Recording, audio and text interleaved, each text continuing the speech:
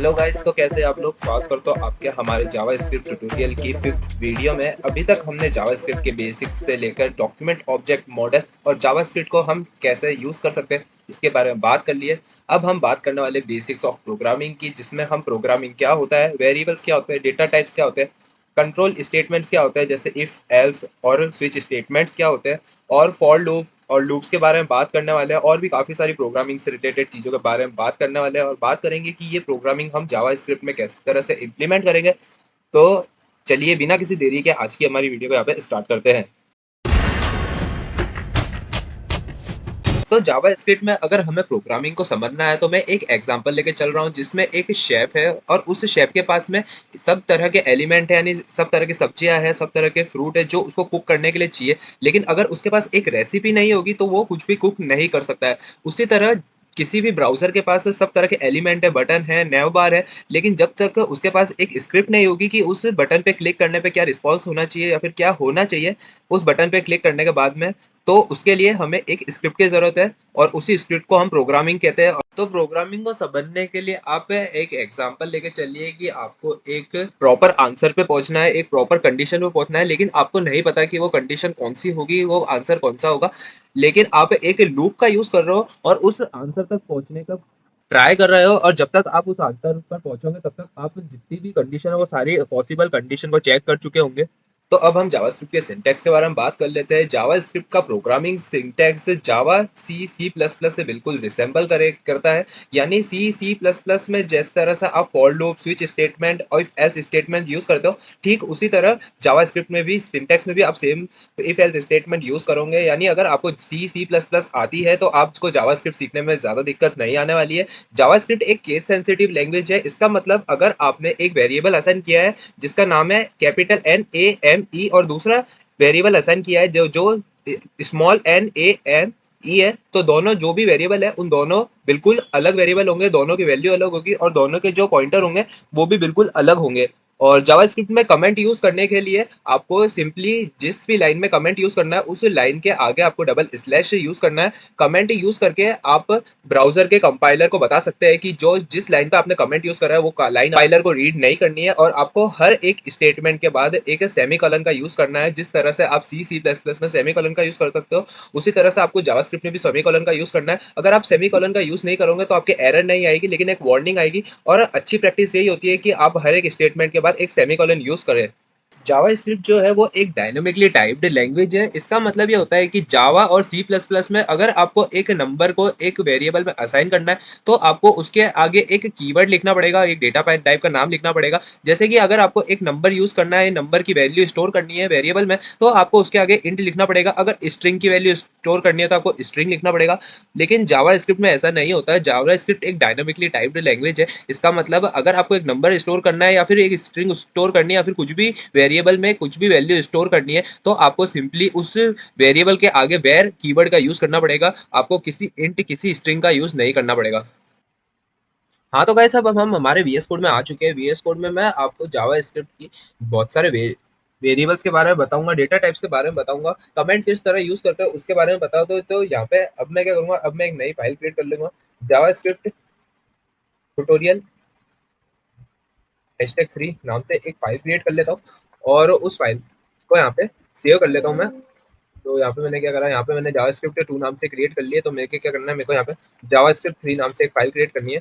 और file create करने के बाद में सिंपली मैं एक HTML का, जिससे हर बार करता हूँ करके, यहाँ पे मैं क्या टॉपिक लिखूंगा, बेसिक ऑफ प्रोग्रामिंग, और उसके आगे मैं आज की वीडियो बताऊंगा वेरिएबल्स के बारे में। तो मैंने ये सेव कर लिया और यहाँ पे डायरेक्ट रजिस्टर करके मैं यहाँ पे हमारा जो HTML फाइल है उसको लाइव सर्वर पे ओपन कर दिया है। तो अब मैं क्या करूँगा, अब मैं एक सिंपली यहाँ पे हमारे डेवलपर ऑप्शन को ऑन कर लेता हूँ और कंसोल को यहाँ पे ऑन कर लेता हूँ। अभी आज की वीडियो में हम जितना भी हमारा काम है वो कंसोल में करने वाले हैं। तो अब क्या करूँगा, अब मैं यहाँ पे सिंपली एक स्क्रिप्ट टैग को क्रिएट कर लेता हूँ, और स्क्रिप्ट टैग में यहाँ पे क्या करूँगा, कंसोल डॉट लॉग करके चेक कर लेते हैं सबसे पहले कि हमारा कंसोल काम कर रहा है कि नहीं कर रहा। तो आप देख सकते हैं यहाँ पे हमारा कंसोल सक्सेसफुली काम कर रहा है। तो सबसे पहले मैं आपको वेरिएबल के बारे में बताऊंगा कि किसी भी वेरिएबल को यूज करने के लिए आप सिंपली वेर कीवर्ड का यूज कर सकते हैं। वेर कीवर्ड का यूज करके आपको अगर जैसे आपका नाम है वो स्टोर कराना है, तो अगर वेयर कीवर्ड का यूज करके मैं यहाँ पे लिख देता हूँ मोहित, और उसको सिंपली वापस मैं कंसोल डॉट लॉग करा देता हूँ, और कंसोल डॉट लॉग में मैं इस बार जो हमने टेबल क्रिएट किया था उसको यहाँ पे मैं सिंपली प्रिंट करा के देखता हूँ। तो आप देख सकते हैं इस बार मैंने एक हेलो वर्ल्ड वाला कंसोल डॉट लॉग प्रिंट हुआ, और उसके बाद मैंने जो सेकंड एक वेरिएबल यहाँ पे क्रिएट किया था, एक स्ट्रिंग वेरिएबल क्रिएट किया था। तो आप देख सकते हैं एक वेरिएबल यहाँ पे क्रिएट हो गया जिसका नाम है, वेरिएबल का नाम है नेम, और वो उसका टाइप है स्ट्रिंग। और आप यहाँ पे टाइप भी चेक कर सकते हैं, जैसे अगर मैं लिखूंगा टाइप ऑफ, और अगर स्पेस दे दूंगा, और जिस भी वेरिएबल का टाइप आपको चेक करना है वो यहाँ पे आपको वेरिएबल का नाम लिख देना है। तो जैसे मैंने करा तो आप देख सकते हैं अब यहाँ पे हमारा स्ट्रिंग लिखा हुआ आ रहा है। तो इस तरह से आप चेक कर सकते हैं कि जो वेरिएबल आपने यूज करा वो किस टाइप का वेरिएबल है। अब मैं क्या करूँगा, अब मैं एक और यहाँ पे इसी तरह का एक वेरिएबल क्रिएट करूंगा, और इस बार मैं क्या करूंगा, इस बार मैंने NAM ही करा था, और इस बार मैं छोटा वाला लिख देता हूँ, और यहाँ पे मैं करूँगा 15 लिख देता हूँ। तो आप देख सकते हैं हमारा जो, जैसा मैंने बताया था, हमारा जावा स्क्रिप्ट है वो केस सेंसिटिव है। दोनों नेम है, लेकिन जो फर्स्ट वाला नेम है वो एक स्ट्रिंग है, और सेकंड वाला नेम है वो एक नंबर है। अब कंसोल डॉट लॉग करा के अगर नेम को प्रिंट कराता हूँ तो आप देख सकते हैं अब हमारा पहले स्ट्रिंग प्रिंट हो रहा था, हमारा स्ट्रिंग मोहित वाला प्रिंट हो रहा था। अगर अगर नीचे मैं चेक करता हूँ तो आप देख सकते हैं नीचे हमारा 15 प्रिंट हो रहा है। तो दोनों हमारा अलग वेरिएबल स्टोर हो गए हैं। और अगर आपको कमेंट यूज करना है तो कमेंट यूज करने के लिए सिंपली किसी भी लाइन के आगे डबल स्लैश यूज करके आप किसी भी लाइन को कमेंट आउट कर सकते हैं। और अगर आपको बहुत सारी लाइन में कमेंट आउट करना है, जैसे कि अगर मैं क्या करूंगा, अगर बहुत सारी लाइन में मेरे को कमेंट आउट करना है तो आपको सिंपली स्लैश स्टार, और जहाँ पे आपको कमेंट क्लोज करना है उसके आगे स्टार ये स्लैश दबा देना है। तो आपको जितनी भी लाइन में कमेंट स्टोर करना है उतनी लाइन में आप कमेंट स्टोर कर सकते हैं। जैसे मैंने बहुत सारी लाइन में कमेंट स्टोर हुआ, दिस इज माय कमेंट। तो आप देख सकते हैं यहाँ पे मैंने 4 लाइन में यहाँ पे कमेंट क्रिएट कर दिया।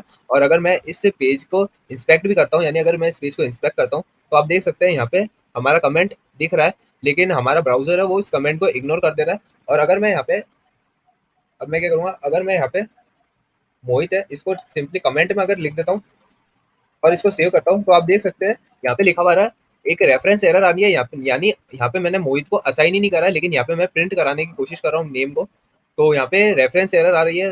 तो इस तरह से आप देख सकते हैं कि जो हमारा कमेंट के अंदर जितना भी कंटेंट है वो जो ब्राउजर का कंपाइलर है वो रीड नहीं करता है। और यहाँ पे काफ़ी सारे डेटा टाइप्स हमारे अवेलेबल है जावा स्क्रिप्ट में। तो सबसे पहले हमने देख लिया कि एक तो होता है हमारा स्ट्रिंग वाला डेटा टाइप, जो होता है प्रिमिटिव डेटा टाइप। यानी प्रिमिटिव डेटा टाइप वो होते हैं जो जिसको हम फर्दर डिवाइड नहीं करते, जैसे कि स्ट्रिंग हो गया, बूलियन वाला हो गया, नंबर हो गया, फ्लोट हो गया। तो ये कुछ ऐसे डेटा टाइप्स है जिनको हम फर्दर डिवाइड नहीं कर सकते। और एक होता है यूजर डिफाइंड डेटा टाइप, जैसे कि फंक्शंस हो गया। फंक्शंस में आप फंक्शंस को और ज्यादा डिग्रेड कर सकते हो। फंक्शंस में आप इंटीजर और दूसरे प्रिमिटिव डेटा टाइप को यूज करके अगर आप यूजर डिफाइंड डेटा टाइप्स को बनाओगे तो उसको यूजर डिफाइंड डेटा टाइप्स कहते हैं। जैसे कि लिस्ट हो गया, एरे हो गया, डिक्शनरी हो गया। तो इन सबको हम कहेंगे यूजर डिफाइंड डेटा टाइप। तो यहाँ पे सबसे पहला हमारा प्रिमिटिव डेटा टाइप आता है स्ट्रिंग, दूसरा हो गया हमारा नंबर, और एक और अगर डेटा टाइप मैं यहाँ पे क्रिएट करता हूँ, जैसे कि यहाँ पे मैं वैर लिख के, और कंडीशन में अगर मैं लिख देता हूँ ट्रू ट्रू, या फिर कंडीशन लिख देता हूँ मैं फॉल्स। तो फर्स्ट वाली कंडीशन को एक बार मैं सबसे पहले क्या करूँगा, सबसे पहले मैं फर्स्ट वाली कंडीशन, जो हमारी फर्स्ट वाली कंडीशन है उसको सिंपली यहाँ पे कमेंट आउट कर देता हूँ। सिंपली कमेंट आउट कर दिया मैंने यहाँ पे। और इस बार क्या करूँगा, इस बार मैं कंसोल डॉट लॉग में कंडीशन को प्रिंट कराऊंगा। तो यहाँ पे कंसोल डॉट लॉग करके जो हमारी कंडीशन की वैल्यू है उसको यहाँ पे मैं प्रिंट करा देता हूँ। तो आप देख सकते हैं यहाँ पे कंडीशन को प्रिंट करा है, तो फर्स्ट वाला हमारा कंडीशन ट्रू थी, तो यहाँ पे ट्रू शो हो रहा है। और अगर मैं इसका टाइप चेक करूँ तो टाइप चेक करने के लिए यहाँ पे क्या लिखूंगा, टाइप ऑफ, और इसको सेव करता हूँ तो आप देख सकते हैं यहाँ पे हमारा जो टाइप है इस डेटा टाइप का नाम आ रहा है बूलियन। तो ये हमारा बूलियन डेटा टाइप हो गया। अब मैं ये इस फर्स्ट वाले को कमेंट आउट करके जो हमारा फॉल्स है उसको कर देता हूँ। इसमें भी हमारा बूलियन आ रहा हो, और ये टाइप ऑफ अगर मैं यहाँ पे से हटा देता हूँ, अगर यहाँ पे मैं टाइप और हटा के सिंपली कंडीशन देखता हूँ तो आप देख सकते हैं अब हमारे यहाँ पे फॉल्स लिखा हुआ आने लग गया है। तो इस तरह से आप प्रिमिटिव डेटा टाइप्स को यूज कर सकते हो।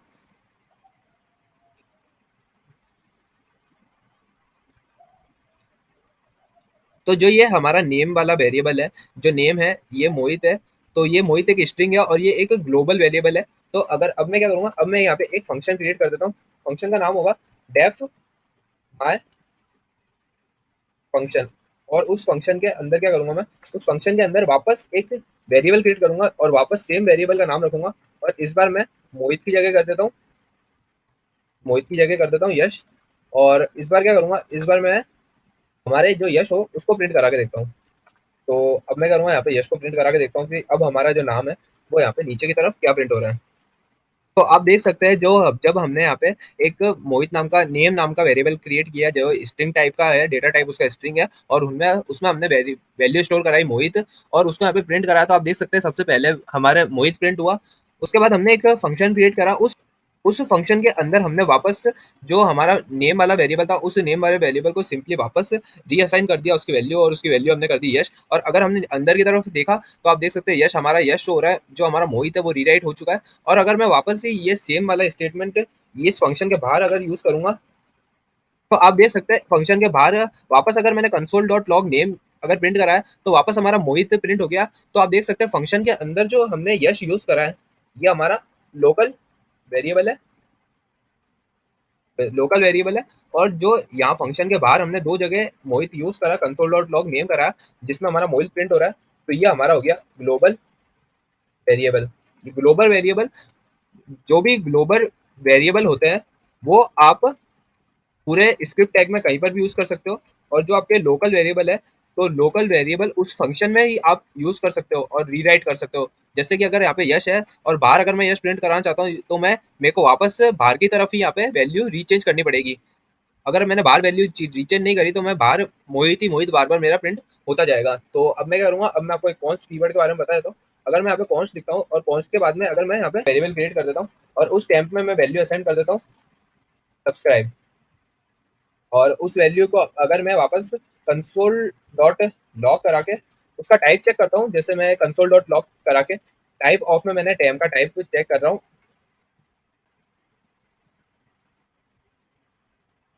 तो आप देख सकते हैं यहाँ पे हमारा टाइप है वो एक स्ट्रिंग टाइप है। तो अब मैं क्या करूंगा, अब मैं चाहता हूँ कि मैं जो सब्सक्राइब है उसको सब्सक्राइब को चेंज करूँ, और उस सब्सक्राइब को करूंगा अगर मैं सब्सक्राइब को हटा के लाइक कर देता हूँ तो आप देख सकते हैं यहाँ पे हमारी एक एरर आ जाएगी। एरर में क्या आ रहा है, अगर जो टेम कीवर्ड है उसको हम वापस रीअसाइन नहीं कर सकते। अगर मैं यहाँ पे टेम की जगह वेर यूज करता हूँ तो आप देख सकते हैं वेर में हमारी एरर नहीं आएगी। तो कॉन्स्ट का यूज करके आप एक कांस्टेंट क्रिएट कर सकते हो, यानी जिसकी वैल्यू पूरे प्रोग्राम या फिर पूरी स्क्रिप्ट में दोबारा चेंज नहीं हो सकती, तो उसको हम कॉन्स्ट कीवर्ड कहते हैं। तो बस गाइस आज की वीडियो में इतना ही। आज की वीडियो में हमने बेसिक्स ऑफ प्रोग्रामिंग देखा, वेरिएबल्स के बारे में देखा, डेटा टाइप्स के बारे में देखा। नेक्स्ट वाली वीडियो में जावास्क्रिप्ट के ट्यूटोरियल की हम और भी काफी सारी चीजों के बारे में देखेंगे, फॉर लूप के बारे में देखेंगे, स्टेटमेंट क्या होते हैं उसके बारे में देखेंगे, कंडीशंस क्या होती है उसके बारे में देखेंगे, और काफी सारे नए और यूजर डिफाइंड डेटा टाइप्स के बारे में बात करेंगे। अगर आपको वीडियो अच्छी लगी हो तो वीडियो को लाइक कर दीजिए। अगर आपने अभी तक हमारी जावास्क्रिप्ट ट्यूटोरियल की प्लेलिस्ट को एक्सेस नहीं किया है तो जल्दी जाके हमारी जावास्क्रिप्ट ट्यूटोरियल की प्लेलिस्ट को भी एक्सेस कर लीजिए, क्योंकि हम जावास्क्रिप्ट ट्यूटोरियल की प्लेलिस्ट में काफी सारी और भी जावास्क्रिप्ट की वीडियो अपडेट करने वाले हैं। अगर आपने अभी तक हमारी दूसरी प्लेलिस्ट को चेकआउट नहीं किया है तो जल्दी जाके दूसरी प्लेलिस्ट को भी चेकआउट कर सकते हैं। और अगर अभी तक आपने हमारे चैनल को सब्सक्राइब नहीं किया है तो चैनल को सब्सक्राइब कर दीजिए। तो गाइस मिलते हैं आपको नेक्स्ट जावास्क्रिप्ट की एक वीडियो में। तब तक के लिए keep learning and keep exploring.